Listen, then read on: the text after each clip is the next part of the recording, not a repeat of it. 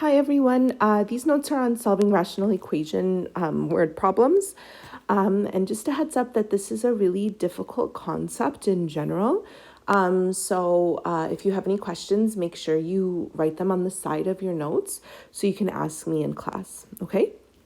All right, so in our first question, I'm going to go through, I'm going to highlight the key information here. So it says, when they work together, Stuart and Lucy can deliver flyers to all the homes in the neighborhood in 42 minutes. Okay. When Lucy works alone, she can finish the deliveries in 13 minutes less time than Stuart can when he works alone. And then it wants us to know how long it takes Stuart to deliver the flyers. So what we're doing here is we're looking at how long it takes people to complete a job or complete a delivery. And when we're talking about that, we also want to take into consideration how quickly they can do it. Like, what's their rate? How fast can they deliver these flyers? So I want to organize my information into a chart first. So we have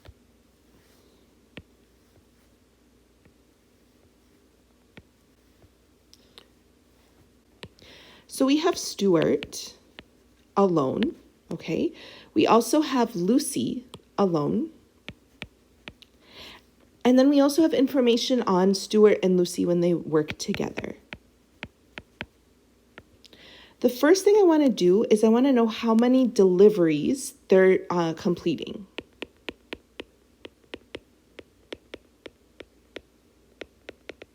And we know that everyone is completing one set of deliveries to all the homes in the neighborhood. So when I write here that Stuart completes one, we mean he completes one set of deliveries.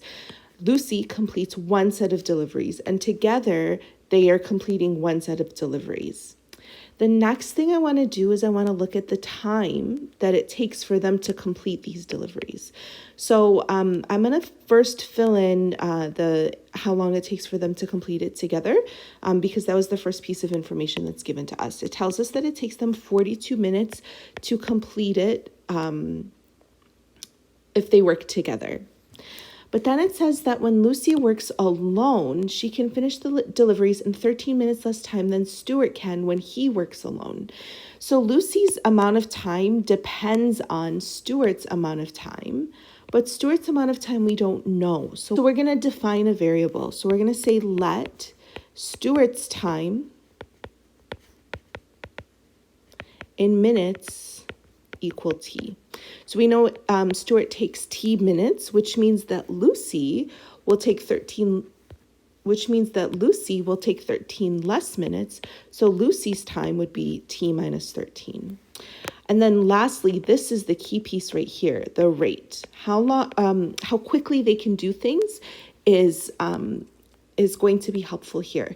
The rate is important because we know that Stuart's rate plus Lucy's rate is going to equal their total rate together. Okay, but I need an expression for each person's rate. So now here's the part that's a little bit tricky, so pay really close attention. If Stuart can complete one delivery in t minutes,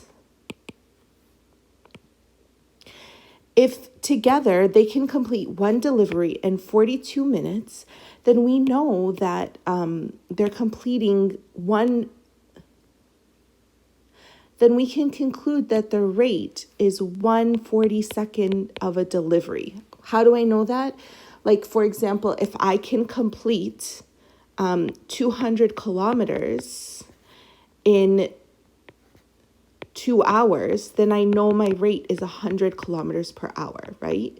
So it's like, how much can you complete in how long? That means that my rate is 1/42, okay? So based on that, then we can say that Stuart's rate is 1/t. He completes one job or one delivery in t minutes.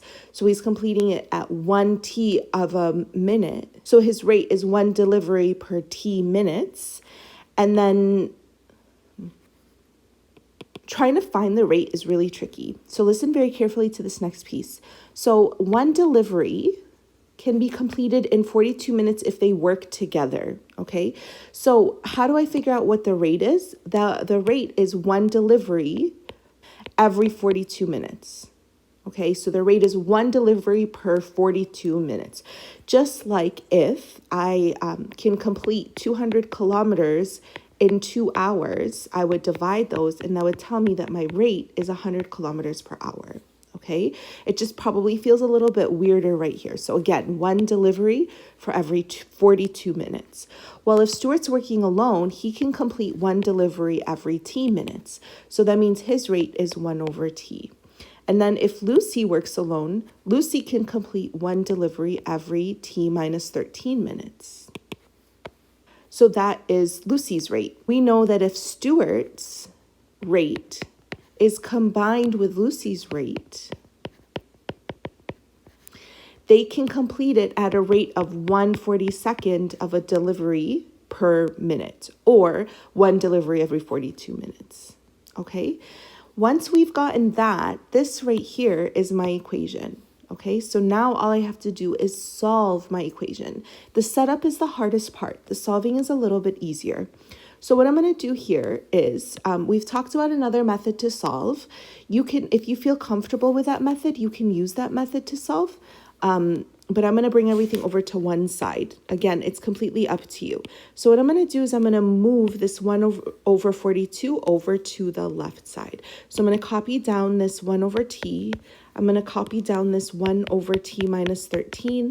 And then I'm going to subtract 1/42 to the left side. And that would all equal 0. Okay. And then here, I'm going to find my LCD. Okay. So here, my LCD would have to be all of these factors multiplied together. So I'm going to put the constant factor in front just to make it easier for me. Remember, the order doesn't matter when you multiply. So I'll put the 42 in front first, then I'll put the t, then I'll put the t minus 13 in brackets. So our first denominator is missing 42 times t minus 13. Make sure to multiply it in the numerator and denominator. This next fraction is missing 42 times t. And then our last fraction is missing t times t minus 13.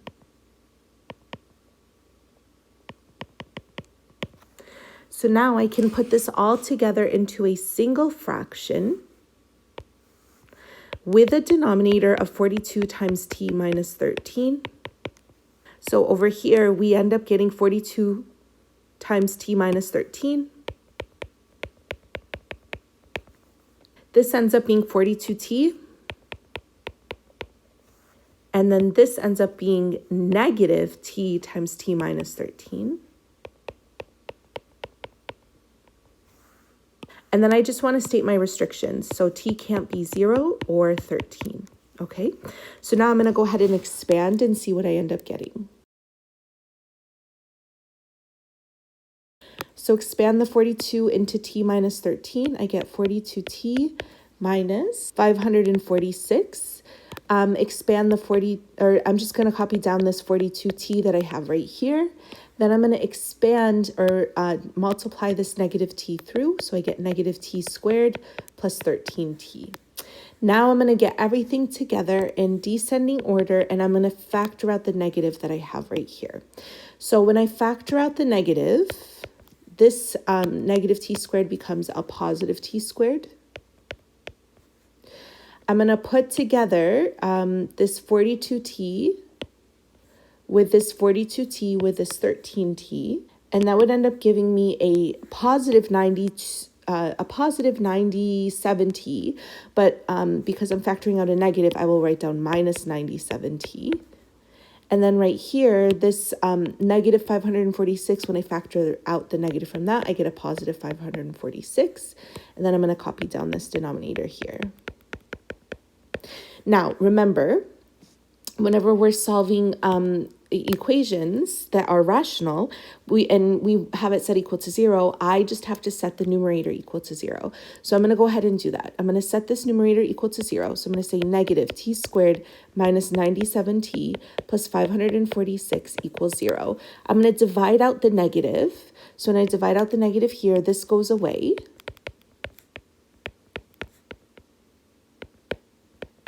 And when I divide out negative from 0, I still get 0. And then I'm going to factor this. So I'm going to look for factors of 546. You could also use the quadratic formula, but the factoring of this isn't so bad, even though it looks like it would be. So I could use 1 in 546, but that won't work because I'm trying to get a negative 97. I could use 2 in 273. That won't work because there's no way I can get a 97 from that.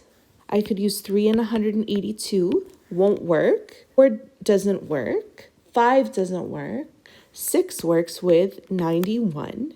So right here, this is definitely what I want to use because I can get that negative 97 right here. So I would have a negative 6 and then a negative 91, which means right here that t would either equal 6 or t equals 91.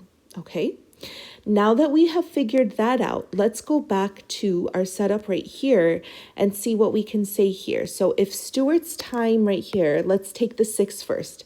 If it took Stuart 6 minutes to complete, then right here it would take Lucy 6 minus 13, which is negative 7 minutes, which wouldn't work. So we can now say that this solution right here of t equals 6 is inadmissible. A reminder that that's different than extraneous, because extraneous means it's a solution that you would get that doesn't work if I were to try to sub it back into this equation right here. But if I sub 6 back into this equation, it still would work. It would still satisfy this equation, but it doesn't work in the context of this problem. Okay, so now let's look back at Stuart's time again. The other option that we got was 91. So if Stuart's time was 91, then Lucy's time would be 91 minus 13. So Lucy's time would be 78 minutes, which is possible. It doesn't give me a negative value. So this 91 is good. So then it says, how long does it take Stuart to deliver the flyers? So the answer to this question is it would take Stuart 91 minutes to deliver the flyers alone.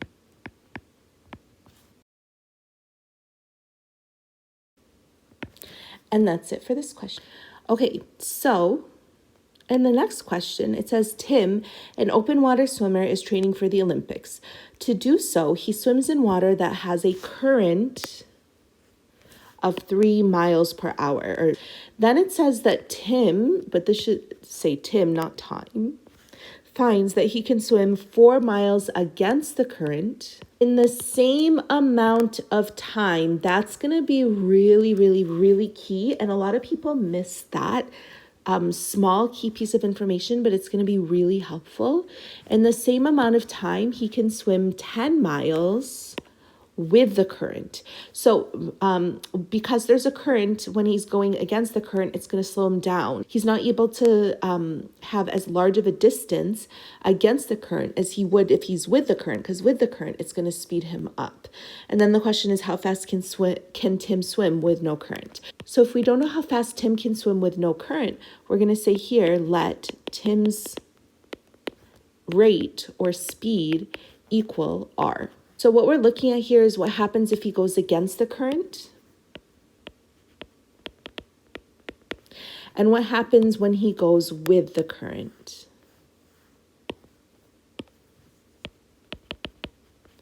And we want to create a chart with this information again right here, okay? So we know that his distance going against the current is going to be 4 miles, and that his distance going with the current is going to be 10 miles, right? It tells us here 10 miles and 4 miles.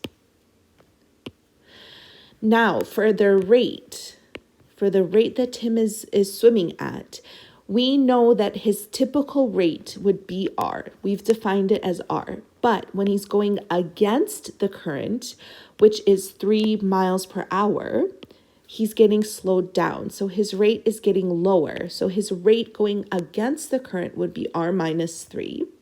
And then when he's going with the current, this is his rate without any help or any hindrance. With the current, he's able to go 3 miles per hour faster. So his rate would be r plus 3. Okay. But here's the thing. This is key right here. In the same amount of time. So we know that his time against the current is going to equal his time with the current if he goes these two different distances. Okay, so just a reminder that distance is equal to rate times time. So if I want an expression for time for both against and with the current, then I need to isolate t. So time is distance over rate. So right here, when Tim's going against the current, his distance is 4 and his rate is r minus 3. And then when he's going with the current, his distance is 10 and his rate is r plus 3. So then when I go ahead and I write this all out right here, I can say that his time against the current is this expression right here. So it'd be 4 over r minus 3. And then his time with the current is this expression right here, which is 10 over r plus 3. And we know that it takes him the same amount of time to complete the 4 miles against as it does to complete the 10 miles with. Okay, so this would be my equation. And now all I have to do is solve it.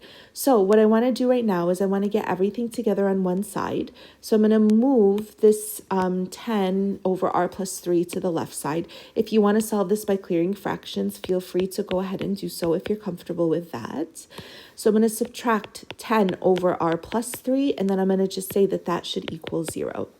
Now I need to find my LCD. My LCD would be all of my factors multiplied together. So it would be r minus 3 multiplied by r plus 3.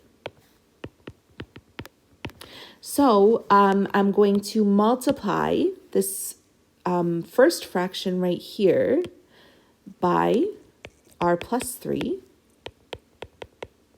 And then I'm going to multiply the second fraction right here by r minus 3. So now I can put this all together into a single fraction.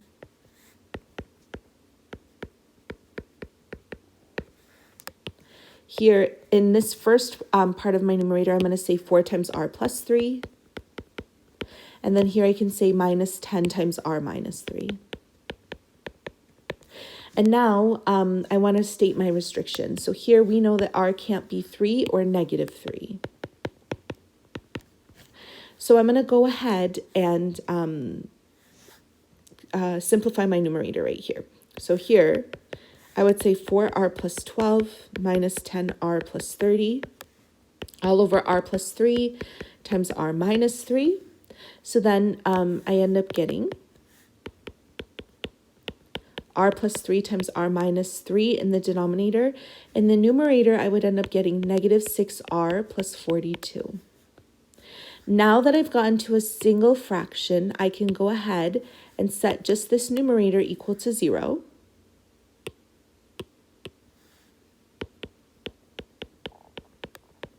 To solve, I don't set the denominator equal to 0 because subtract the 42 over, r would equal 7. That means that Tim's rate in still water would be 7 miles per hour. So therefore, Tim can swim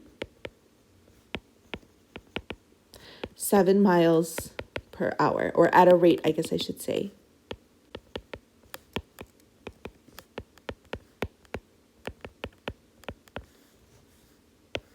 And then to check, that should make sense, because if right here, Tim against the current can complete 4 miles at a rate of 7 minus 3, which is 4 miles per hour, it would take him 1 hour. And then going with the current, he can complete 10 miles at a rate of r plus 3 or 7 plus 3, which is 10.